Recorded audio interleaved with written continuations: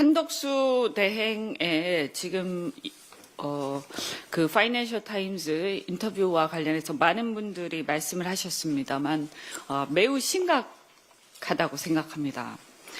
이 인터뷰 전문을 보면 첫 번째, 미국의 관세 조치에 대해서 맞서지 않겠다, 문제 제기하지 않겠다. 두 번째, 비관세 장벽, 이거는 사실은 이의가 많은 내용들입니다. 그런데 비관세 장벽에 대해서 이것을 전제로 하고 얘기하겠다, 기꺼이 얘기하겠다, 이렇게 나와 있고요. 그 다음에 세 번째, 방위비 협상에 대해서 얘기하고 있습니다.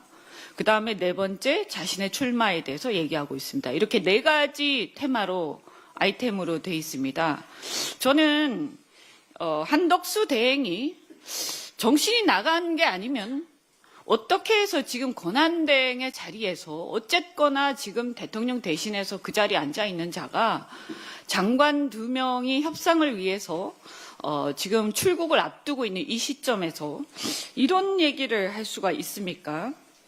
저는 매우 심각하다. 자세하게 좀 말씀드리겠습니다. 맨 앞에 보면 South Korea will now fight back against US tariffs 이렇게 얘기합니다.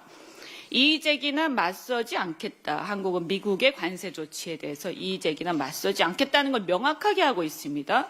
스스로 무장해제를 협상도 하기 전에 하고 있습니다. 이 기사는요, 미국 백악관 USTR 상무부, 재무부에서 인지를 할 겁니다. 파이낸셜 타임즈는 매우 유수의 그 경제지입니다.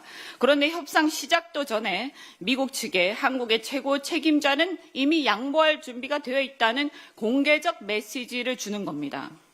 협상력을 심히 약화시키는 겁니다.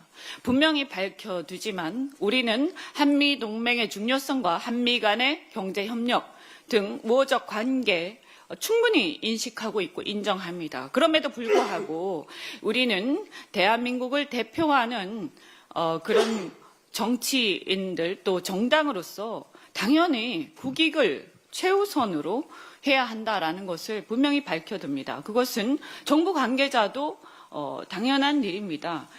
우리 대한민국 정부가 대한민국 국민, 대한민국 국익을 우선하지 않으면 어떻게 되겠습니까? 이것은 동맹국이라 하더라도 당연한 것이라고 생각하고 우리가 친미라 하더라도 국익을 팔 정도는 아닙니다. 국익을 수호하는 친미여야 한다. 다시 한번 밝혀둡니다. 그래서 또 뭐라고 하느냐? 한국전쟁, 원조, 기술 이전, 투자 안전보장 등을 미국이 지원해줬다. 그리고 오늘날 한국의 산업, 경제, 문화, 부축적 등이 미국으로 인해 가능했다. 이런 걸 강조합니다. 그래서 한국은 미국 측의 조치를 한국이 맞설 대상으로 보기보다 윈윈 솔루션을 찾을 것이다. 또 이렇게 양보하겠다고 미리 얘기합니다. 지금 이게 협상 국면에서 이렇게 얘기하는 거기 때문에 매우 심각한 겁니다. 그래서 트럼프 대통령은 뭐라고 그동안 주장해왔냐? 그동안 미국이 베푼 모든 것에도 불구하고 한국이 불공정하게 자신의 몫을 다하지 않았다고 트럼프 대통령이 계속 주장을 해왔습니다. 그런데 한덕수 권한대행은 그 얘기를 그대로 반복하고 있습니다. 즉 트럼프의 주장을 정당화해주고 있는 것입니다. 대행은 상호 무관세인 한미 FTA도 불구하고 25% 상호관세를 부과한 미국 측의 조치가 문제가 있다라는 이의 제기는 전혀 하지 않았습니다. 우리가 아무리 우호적인 얘기를 한다 하더라도 문제가 있는 부분들은 분명히 지적을 해야 합니다. 그런데 이 지적은 전혀 하지 않고 있습니다. 그리고 또 뭐라고 했느냐. 여기에 보면요. 하도 기가 차니까요. FTA 기자가 뭐라고 하느냐. 한국 관리들이 FTA에도 불구하고 25% 상호관세 부과에 당황했다 이렇게 얘기를 하죠. 뭐라고 나오냐?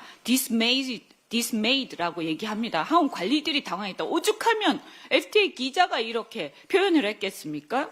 그러면서 자동차, 반도체, 제약 등 품목별 관세 우려한다라는 설명을 기자가 씁니다. 기자가 이걸 들으면서 얼마나 기가 찼겠습니까? 두 번째, 비관세 장벽에 대해서 얘기합니다. 여기서 너무나 심각한 얘기가 나옵니다. 한덕수 대행이 뭐라고 얘기를 하냐면 비관세 장벽에 대해서 얘기를 하면서 그 협상의 결과로 인해서 아마도 어떤 산업들에서는 그 문제로 인해서 고통을 받을 수도 있다. 이거 한국 얘기하는 겁니다. 한국의 산업들 얘기하는 거예요.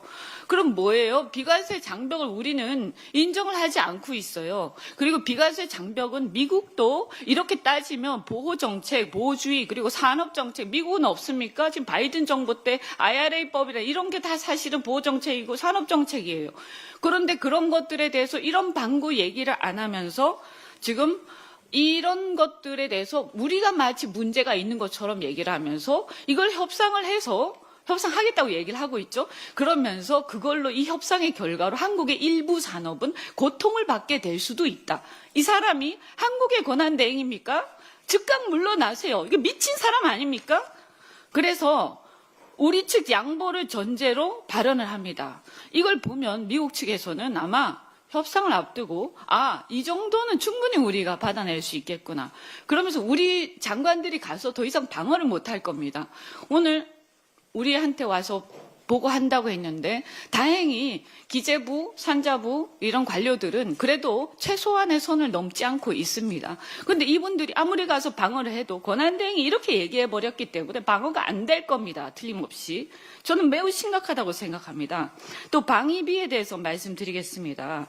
방위비에 대해서 뭐라고 하느냐. 여기서 he stressed라고 나오는 그 문장입니다. 거기 보면 뒤에 이제 he stressed there was no, not yet any clear framework 하고 나서 쭉 지나가서 to reopen a cost-sharing deal concluded with the Biden administration last year concerning 하고 U.S. troops 하고 쭉쭉쭉 나오는데요. 이 얘기가 무슨 얘기냐 하면 방위비 협상에 의해서 바이든 정부 때 이미 결론이 난 그 부분에 대해서 그 분담에 대해서 다시 할 용의가 있다. 이 얘기를 이거 미쳤습니까?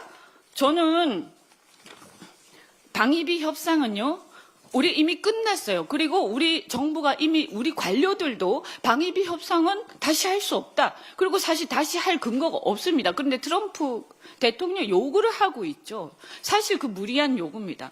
그런데 계속 그렇게 요구를 하고 있는 겁니다.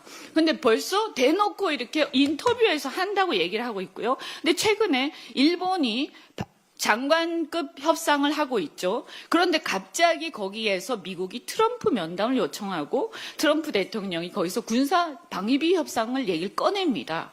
그러면서 뭐라고 하느냐. 그 방위비 문제를 꺼내니까 일본이 거기에 대해서 뭐라고 얘기하죠. 일본의 이시바 총리가 우리 방위비는 우리가 주체적으로 판단할 것 이렇게 얘기했습니다. 심지어 일본의 총리도 이렇게 얘기하면서 일본 내에서는 이렇게 되니까 90일 내에 합의가 힘들 거다 이렇게 전망하고 있습니다. 그런데 우리나라는 왜 이럽니까?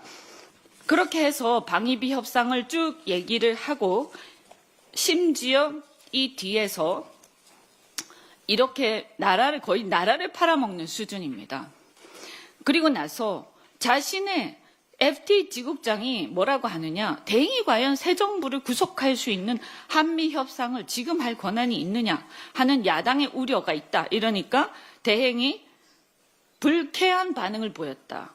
bristled, 불쾌한 반응을 보였다. 지금 자기가 뭔데 불쾌한 반응, 당연한 얘기를 가지고 불쾌한 반응을 보입니다. 그리고 본인이 한 협상 결과가 민주적 정당성을 결여했다는 것에 대해서 강하게 반박했고 여기 아까 한준호 최고위원도 지적하셨는데 there is no distinction between what acting presidents or elected presidents can do. 그러니까 지금 선출된 대통령하고 자기가 아무 차이가 없다.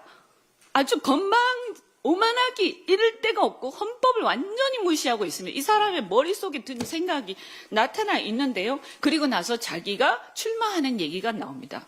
아주 제정신이 아닙니다. 즉각 물러나세요.